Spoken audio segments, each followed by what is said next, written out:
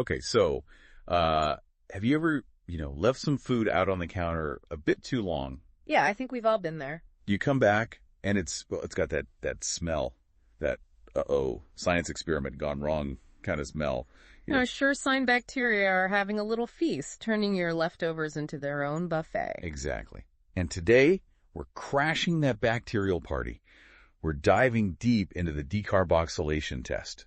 Now, I know you've already got your notes on this one, but we're going way beyond the textbook today, really getting into why this test is such a big deal. Yeah, it's like being a microbial detective, figuring out how these little guys break down food, especially when there's no oxygen around. Yeah. So we're in the world of anaerobic conditions, kind of like, I don't know, those forgotten leftovers in the back of the fridge. Exactly. See, usually bacteria have plenty of oxygen to use, helps them break down their food. But in anaerobic conditions, well, they've got to get a bit more creative to get their energy. And that's where decarboxylation comes in. This is their big energy solution. You got it. It's like a backup plan, a way to survive without oxygen. And this test, it tells us which bacteria have got those survival skills. Okay, so walk me through this detective work. We start with a test tube, some broth, and a specific amino acid, right? Like setting the table for our tiny guests. Exactly. We're talking just one type of amino acid per tube lysine, ornithine, arginine. It's a limited menu. We want to see what they go for. No picky eaters allowed in this experiment. Not at all. And to make sure they're really roughing it, no oxygen allowed, we add this layer of sterile mineral oil. Seals off the atmosphere, a real anaerobic party. Trapped with just that one amino acid, what happens next? Observation time. Well, we incubate those tubes, nice and warm, 37 degrees Celsius for a few days, lets them digest their meal, and more importantly, show us their metabolic secrets. And this is where it gets really interesting, right? I've heard there's a color change, a signal from the bacteria themselves. What's the deal with that? You're catching on quick. Remember those byproducts the bacteria make while they're eating? Well, those byproducts, they can actually change how acidic or basic the broth is. Hold on, acidic or basic? We're talking about pH now, right? You got it. And to see those pH changes, we use a special indicator, Bromocresol purple. It's like our color-changing alarm, tells us what our bacterial friends are up to. Okay, now I'm really interested. Yeah. What kind of color changes are we looking for, and what do they tell us about these bacteria? Well, at the start, the broth is this vibrant purple because of the Bromocresol purple. But as the bacteria start to ferment the sugar, produces acidic byproducts, and guess what? The broth changes to bright yellow. So yellow means they're alive and kicking, happy as can be with their sugar. Exactly. But here's the thing. The real test is whether they can use those amino acids without oxygen. That's where things get interesting. So it sounds like this color-changing broth is telling us a whole story about what's happening in that test tube. Yellow, they're loving the sugar. But what happens if they decide, okay, time to try these amino acids? Well, that's where the decarboxylase enzyme comes into play. Things get really interesting here. See, if our bacteria have this enzyme, they can actually get energy from those amino acids, even without oxygen, through decarboxylation. Whoa, wait, so breaking down these amino acids gives them energy even without oxygen. Talk about resourceful. It's how they thrive in these conditions. And get this, the decarboxylation process, it actually creates byproducts that are alkaline, not acidic. And that changes our broth color again. Okay, so alkaline byproducts. Mm-hmm. And we've got the Bromocresol purple hanging out in the broth.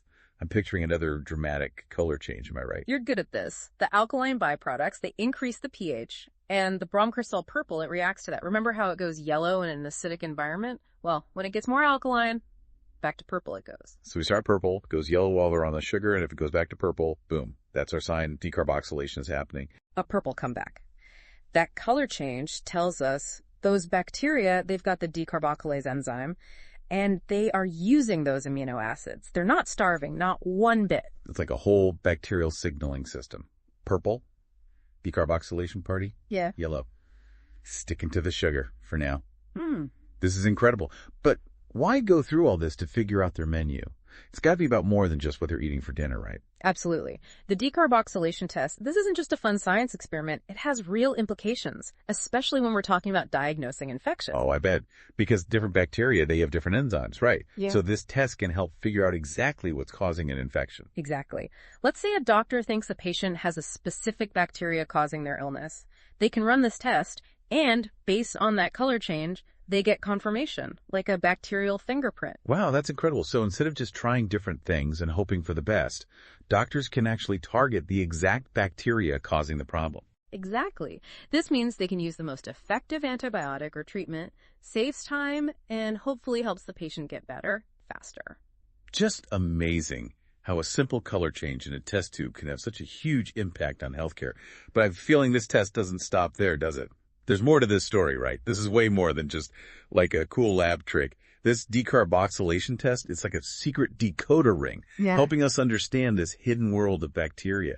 And it's got to be useful for more than just diagnosing us, right? I mean, bacteria are everywhere. You're absolutely right. Think about it. Food. This test is essential for making sure what we eat stays safe. Wait, really? This little test can help us understand, like food spoilage and all that? Absolutely. So we identify these decarboxylase enzymes in different bacteria, right? Well, food scientists, they use that information. They can basically predict how food's going to spoil, depending on the bacteria and the conditions. It's really clever. So, like, if there's a bacteria that's famous for spoiling meat, and it uses a certain decarboxylase enzyme, we can test for that enzyme and be like, okay, this meat's got about this long before it goes bad. Exactly. It's all about targeted preservation. We figure out which bacteria are the troublemakers for different foods, and boom, we can keep things fresher longer. So we're outsmarting those food-spoiling microbes, one test at a time. Okay, so we've covered infections, we've talked about food. Anywhere else this decarboxylation test is making a difference? I feel like there's got to be more. Well, this might be the wildest application yet. The human gut. Hold on. You mean those same bacteria we've been testing in these tubes, some of them are living inside us right now. You got it. Trillions of bacteria live in our gut, this whole ecosystem, and it's called the gut microbiome. And yes, some of those bacteria, they can do decarboxylation too. So we're basically talking ecosystems, and these gut bacteria are busy, breaking down food, making byproducts, even affecting our bodies, all through these processes like decarboxylation. It's incredible. It really is. And researchers are using this very test, the decarboxylation test, to study those gut bacteria. I mean, we're talking digestion, nutrient absorption, the immune system, even mental health. It's all connected. It's just mind-blowing to me that a simple color change in a test tube can tell us so much about, well, everything. This whole deep dive has been wild, honestly, from spoiled food to the human gut, all thanks to this decarboxylation test. Who knew? It just shows you there's an entire universe happening at the microscopic level. And once we understand it, who knows what we can do? Healthcare, food science, you name it.